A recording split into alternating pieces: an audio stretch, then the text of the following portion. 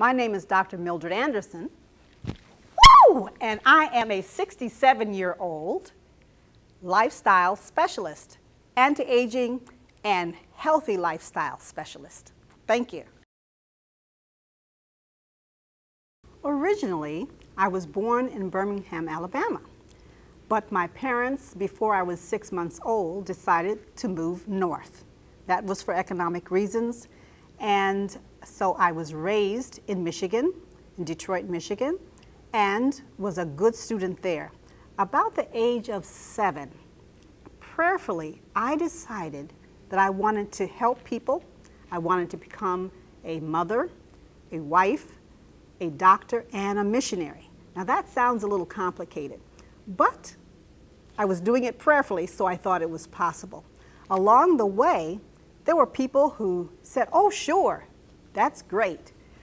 You can probably do that because you're good in school." But there were others who said, "But your father, he has 8 kids, and it's hard to make ends meet. He's a factory worker. How are you going to be able to afford that?" So there were people who encouraged and people who discouraged me. Matter of fact, even though I qualified very easily to get into medical school, there were the doctors who interviewed me, and they laughed when they said that I wanted to be a missionary and give some of my services away, because they said I would have so many loans and so many bills that I would really have to concentrate on paying those off first. But at my first opportunity, when I was a senior resident, and I first went into ophthalmology because diseases and surgery of the eyes was what I thought I could do well. My pathway first went while I was in medical school. I was already married, and my husband, who was in an orthopedic surgery resident, decided that he really was anxious to have children. And he was afraid that we were getting older and he didn't know if we would be able to have children. So since I was such a good student, I decided, well, okay, my family tends to have babies fairly healthily. I decided to go ahead, and I had 2 children while I was in medical school. After that, my husband, unfortunately, although he got a chance to practice orthopedic surgery for 9 months, he died before I started my practice of ophthalmology. And although I was crushed, since I knew it was a plan I had made with God and that I should continue, and that it was a part of what I was supposed to do. And I had already started my family, so I was able to be at peace with that. And I did proceed, because I'd already gone on my first mission trip to Haiti in 1978. And so I knew that was something I absolutely needed in my life.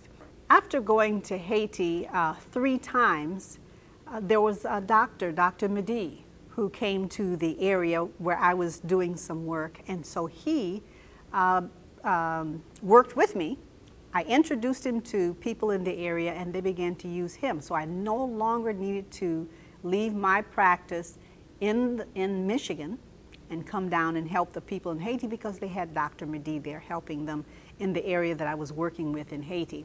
And so for my next mission trip, I went to Africa, where I'd always wanted to travel. And I chose to go to Malawi, Africa, because I had connections to the International Eye Foundation and also with the National Baptist Church.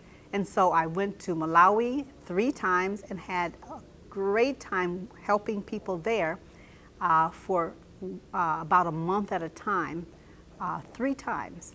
And after that, although I took care of my practice, and I would like to tell you that my most famous patient was Rosa Parks. And she was a patient of mine for more than 20 years. And we had an opportunity, since I also did work in the community, of doing things, giving talks to students and community members about how to be helpful to the community. So that was a highlight in my life, besides my international missionary work.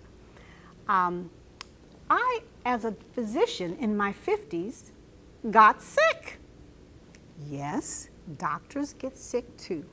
And so my doctor friends were trying to help me get well, But I noticed in my progress that with chronic problems, Western medicine wasn't meeting the full bill of my needs.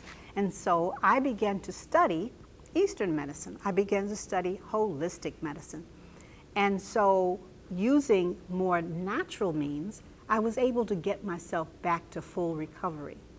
And so now I believe in integrative medicine, to use the best of all worlds in helping yourself to get well and to stay well.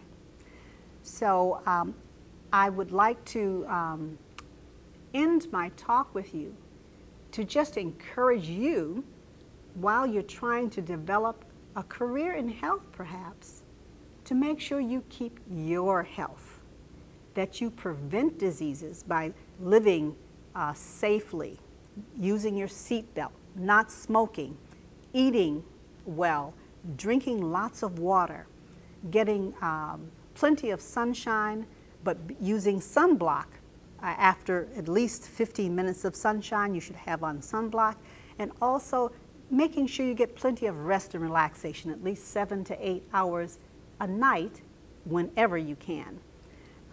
Resting in between, planning your week so that you have times where you are going to have fun with your family and your friends. Having a balanced life is very important. Your attitude, the way you carry yourself, and remembering that you have a spirit inside of you that needs to be nurtured also. So take good care of yourself, and hopefully you'll be able to take care of others too. I'm a member of the T. Leroy Jefferson Medical Society, and the reason we're talking with you today about health careers is because we would like to encourage you to make decisions in your life so that you can help others and perhaps choose a health career.